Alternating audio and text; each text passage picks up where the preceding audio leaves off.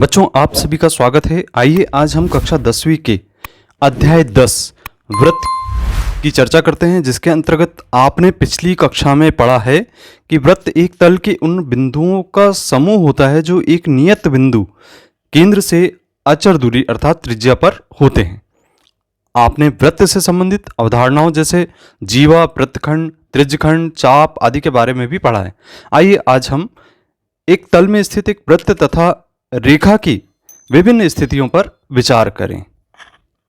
तो जैसा कि आप इस आकृति में देख रहे हैं कि यहाँ पर पहले नंबर की आकृति, यहाँ पे हम एक वृत्त और एक रेखा दोनों पर विचार करें तो ये पी क्यू रेखा इस वृत्त पर अप्रतिच्छेदी रेखा है, क्योंकि ना ही इसे ये स्पर्श कर रही है और ना ही इसको प्रतिच्छेद कर रही है। स्थिति नंबर 2 में हम देखते हैं कि यहाँ पर पी क्यू रेखा बिंदु ए तथा बी पर एक दूसरे को प्रतिच्छेद कर रही हैं।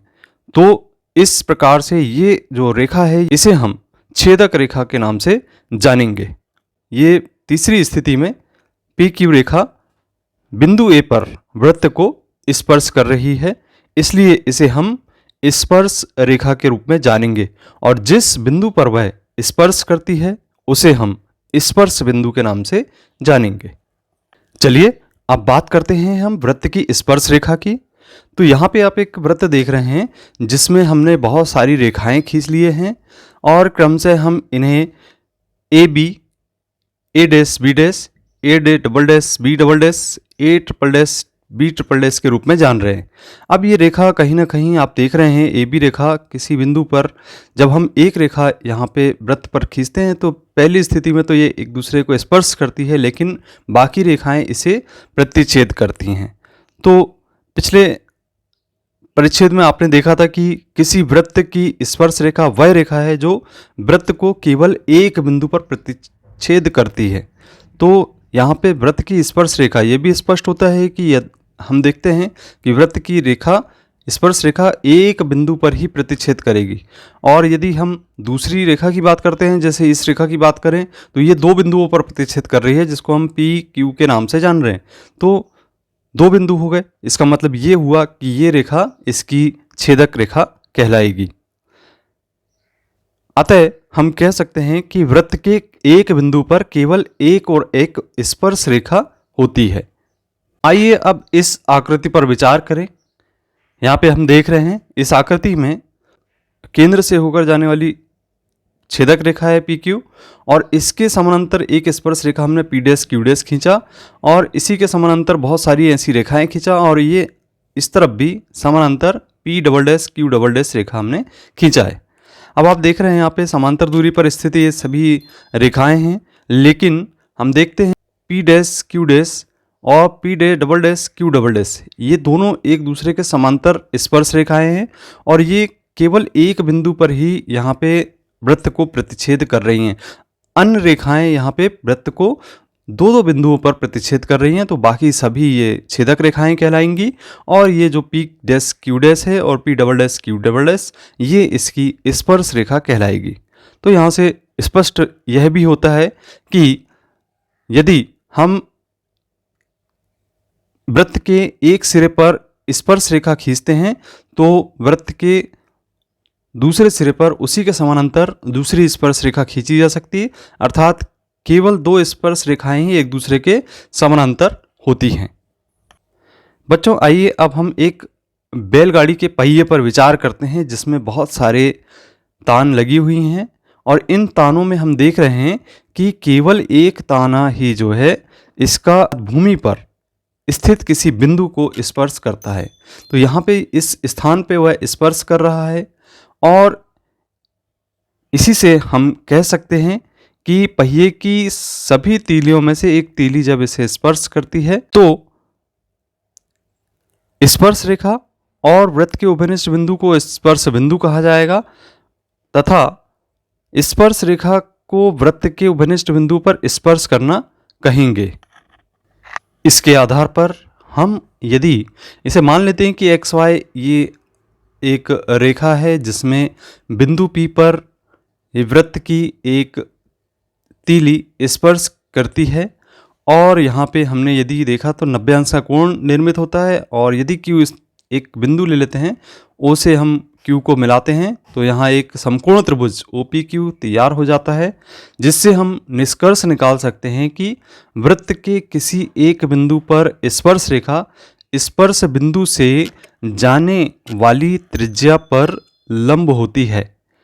चलिए बच्चों, अब हम इस अध्याय की प्रश्नावली 10.1 पर विचार करते हैं, जिसमें सबसे पहला प्रश्न आप यहाँ पे देख रहे हैं कि एक वृत्त की कितनी स्पर्श रेखाएं हो सकती हैं। तो इसके हल के लिए हम यहाँ पर देखते हैं, एक वृत्त बना सकते हैं हम और उसमें विचार करें तो एक स्पर्श रेखा यहाँ बनाए, फिर इसी तरीके से स्पर्श रेखाएं आपने बनाते गए और जब स्पर्श रेखाएं बनाए तो आपने देखा कि यहाँ पे बहुत सारी स्पर्श रेखाएं निर्मित हो गई हैं और इस प्रकार से इसका आंसर हम दे सकते हैं कि एक वृत्त पर अनेक स्पर्श रेखाएं स्थित हो सकती हैं। आइए अब हम प्रश्न क्रमांक 2 पर विचार करते हैं, जिस पर लिखा है रिक्त स्थानों की पूर्ति कीजिए। सबसे पहला प्रश्न है, किसी वृत्त की स्पर्श रेखा उसे खाली स्थान बिंदुओं पर प्रतिच्छेद करती है। तो हमने इसका आंसर आपको कुछ इस प्रकार से दिया था। आपको याद होगा कि यहाँ पे हमने एक वृत्त की रचना की है और फिर इस पे एक स्पर्श रेखा की रचना करते हुए देखते हैं यहाँ पे केवल एक बिंदु पर स्पर्श कर रही है, तो इसका अर्थ यह है कि इसका आंसर होगा एक बिंदु पर स्पर्श करती है। प्रश्न क्रमांक 2 पर विचार करें, जिसमें लिखा हुआ है कि वृत्त को दो बिंदुओं पर प्रतिच्छेद करने वाली रेखा को कहते हैं। अब देखिए यहाँ पे आकृति क्रमांक 2 हमने आपको बताया था, ये देखेंगे आकृति क्रमांक 2 में यहाँ पे वृत्त में दो बिंदुओं पर कोई रेखा यदि प्रतिच्छेद करती है तो इसको हम जानते हैं छेदक रेखा के नाम से, तो इसके स्थान पर आएगा छेदक रेखा कहते हैं।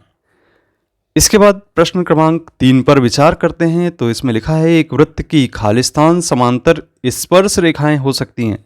बच्चों हमने इसके लिए आपको एक आकृति कुछ इस प्रकार से बताए थे। इस आकृति में विचार करे थे हमने, तो यहाँ पे एक स्पर्श रेखा के समानांतर, ये बाकी तो सभी छेदक रेखाएं हैं लेकिन ये जो रेखा है इसके समानांतर है, तो कुल आमने सामने दो ही रेखाएं समानांतर हैं। इसका मतलब इसका हल हो एक वृत्त की दो समानांतर स्पर्श रेखाएं हो सकती हैं। चौथा प्रश्न पर विचार करें, वृत्त तथा उसकी स्पर्श रेखा के उभयनिष्ठ बिंदु को खालिस्तान कहते हैं। तो यहाँ पे हमने आपको ये आकृति से अवगत कराया था और इस आकृति में हम ध्यान से देखें तो यहाँ पे हमने कहा था कि ये जो बिंदु P है आप देख रहे हैं, ये इस वृत्त को स्पर्श करता है और ये रेखा इस वृत्त को बिंदु P पर स्पर्श करती है, इसलिए इसे हम स्पर्श बिंदु के नाम से जानेंगे। तो इसका आंसर होगा वृत्त तथा उसकी स्पर्श रेखा के उभयनिष्ठ बिंदु को हम स्पर्श बिंदु कहते हैं। चलिए बच्चों प्रश्न क्रमांक 3 पर विचार करें। तो बच्चों जैसा कि हम देख रहे हैं प्रश्न क्रमांक 3 है, एक विकल्प के रूप में दिया गया है, बहुत ही महत्वपूर्ण प्रश्न है। और 5 सेंटीमीटर त्रिज्या वाले एक वृत्त के बिंदु पर स्पर्श रेखा PQ केंद्र O से जाने वाली एक रेखा से बिंदु Q पर इस प्रकार मिलती है कि OQ बराबर 12 सेंटीमीटर। तो हमें PQ की लंबाई ज्ञात करना है। तो जैसा कि यहाँ पे प्रश्न में बताया गया है, यहाँ पे हम देख रहे हैं ये आकृति कुछ इस प्रकार से बनेगी। 5 सेंटीमीटर यहाँ पे हमने OP का मान लिया है, ये हमें ज्ञात है। चूँकि 5 सेंटीमीटर त्रिज्या बोल रहा है तो त्रिज्या वृत्त की OP है और इसके आगे लिख रहा है कि बिंदु P पर स्पर्श करते हुई एक स्पर्श रेखा PQ और OQ बराबर 12 सेंटीमीटर है। PQ की लंबाई हमें ज्ञात करना है। तो बच्चों यहाँ पे जैसे हम वृत्त की त्रिज्या और OQ स्पर्श रेखा PQ इनके बीच में कोण देखें तो यहाँ पे 90 अंश का कोण निर्मित होते दिखता है। तो यहाँ पे एक समकोण त्रिभुज बनता हुआ दिख रहा है। यहाँ पर यदि हम समकोण त्रिभुज OPQ पर विचार करते हैं तो समकोण त्रिभुज OPQ में पाइथागोरस प्रमेय से हम देखते हैं कि कर्ण OQ है तथा लंब PQ तथा आधार OP है, तो इसे लिखेंगे OQ का वर्ग धन बराबर OP का वर्ग धन PQ का वर्ग। अब चलिए मान रखते हैं, OQ का मान 12 रख दें और OP का मान 5 रख दें, तो हम यहाँ से PQ का मान ज्ञात कर सकते हैं। तो इस तरीके से हमने मान रख दिया और यहाँ पे चूंकि 12 की घात 2 अर्थात 144 होगा और 5 की घात 2 अर्थात 25 होगा, तो हम इसे लिख देते हैं 144 बराबर 25 धन PQ का वर्ग। अब 25 का पक्षांतर कर दीजिए, तो 25 का पक्षांतर जैसे ही करते हैं आप तो 144 ऋण 25 बराबर PQ की घात 2, घटाने पर हम देखते हैं कि यहाँ पर 119 प्राप्त हो जाता है, इसे हम लिखेंगे PQ की घात 2। अब यहाँ पे वर्ग हटाएंगे तो यहाँ से हमें PQ का मान प्राप्त हो जाएगा कर्णी 119। तो बच्चों यहाँ पे सेंटीमीटर में इसका आंसर है। और यहाँ हम देख रहे हैं कि जो ऑप्शन दिए गए थे हमें, कि इस प्रश्न में आप देख रहे हैं कि ABCD ऑप्शन दिए गए थे और यहाँ हमें चौथा ऑप्शन बिल्कुल सही लग रहा है, कर्णी 119 सेंटीमीटर इस PQ की लंबाई होगी। प्रश्न क्रमांक 4 पर विचार करते हैं, जिसमें एक वृत्त खींचना है और एक दी गई रेखा के समांतर 2 ऐसी रेखाएं खींचना है, उनमें से एक स्पर्श रेखा हो तथा दूसरी छेदक रेखा हो। तो बच्चों जैसा कि हम इस आकृति में देख रहे हैं, ये आकृति आप ध्यान से देखें तो यहाँ पर इस रेखा के समानांतर हमने एक स्पर्श रेखा खींचे हैं और इसी के समानांतर हमने एक छेदक रेखा खींच ली है।